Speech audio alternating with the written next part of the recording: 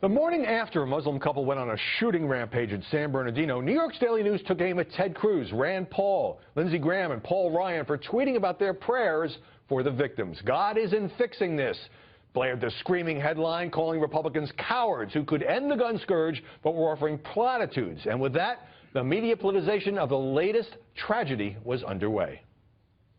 I say this, if you want to line up with terrorists and try to take God away, you're not on the right side. That's all I'd have to say to those politicians who want to tell you to stop praying. Just don't. You know what?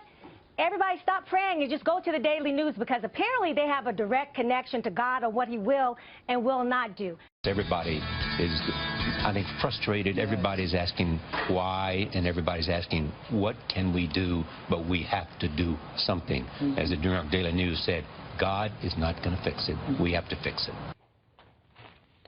So are the media exacerbating tensions after the California massacre and the Planned Parenthood shootings in Colorado? Joining us now, Gail Trotter, conservative commentator who contributes to Town Hall, The Hill, and other outlets.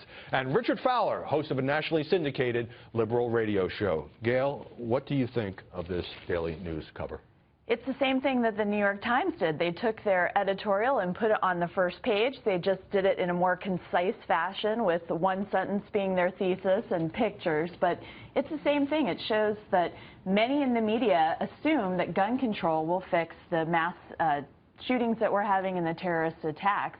And it's offensive to a lot of Americans, because it feels like it's an attack not only on our First Amendment rights of free exercise, but also our Second Amendment rights to make sure that we can protect ourselves and our families. So it seems like a double whammy. And by the way, unlike the New York Times, this is a headline for a news story, not an editorial. So, Richard, some conservative commentators saying this is typical of the media, just turning these shootings into a plea for more gun control and suggesting that those who disagree are somehow abetting violence. Your take? Well, where there's smoke, there's fire, Howie. And I think in this particular case, we saw the two shootings over the past 2 weeks that really say that we have a really, really large problem in this country. And I think the media is just highlighting that problem. Now, don't get me wrong. I think no problem whatsoever with this cover? Well, no, I think what the media is trying to point out here is that there's a fallacy in Republicans' arguments, right? They're saying that thoughts are prayers, but like faith without works is death.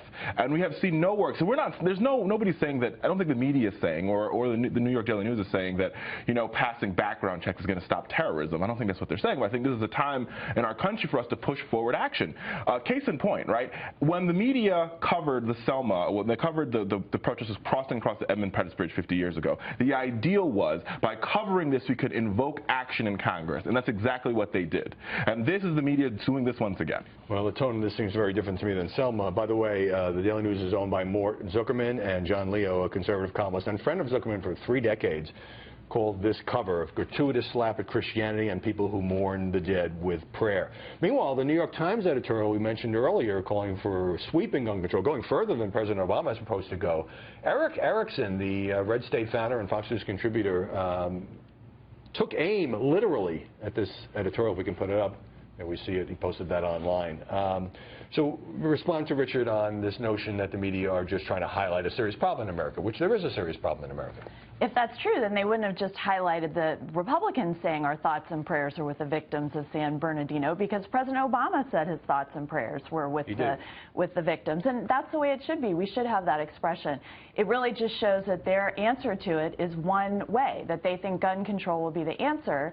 And I think that that belies the fact that, you know, we do want action, but we have different ways of acting to it. And the media is taking sides on this in a very gratuitous way that swipes at a lot of Americans. And it's distasteful.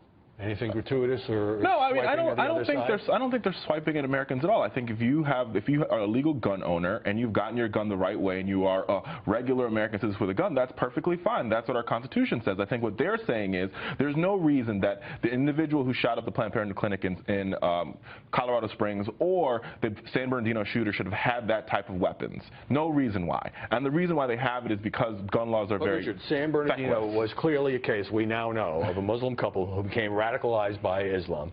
And conservative commentators, are they trying to turn this into an attack on Muslims? Because the New York Post changed its headline to Muslim killers as more information came out the night of that awful shooting. Well, I don't think you could look at San Bernardino in vacuum, right? If you look at the past 2 weeks of crimes, you have San Bernardino, you have Colorado Springs. What it says to us as Americans, what it says to journalists... Talk about the way the media are framing this. Right, and I think there's a problem with how the media is framing it, because terrorism doesn't know a religion or a creed or a race. Terrorism is crazy people acting crazy and acting irrational, and that's the same thing we saw in Colorado Springs and the same thing we saw in San Bernardino. Crazy people acting out. Sometimes it is true that these are crazy people who have access to guns, and we can debate whether tougher gun control. In many cases, it wouldn't have any effect. In some cases, it might. But in the case of San Bernardino, maybe they're crazy, but they were crazy. This was obviously pre-planned with all the ammunition in the name of religion. It's not crazy. It's a purposeful act. That's why the FBI is investigating it as an act of terror. But I think the really interesting thing about this cover is also the business aspect of it. They knew this was going to be controversial. They got 11 million views on Facebook. They got 2 million views on Twitter. So they were jumping into a very important conversation that we're having as a country right now.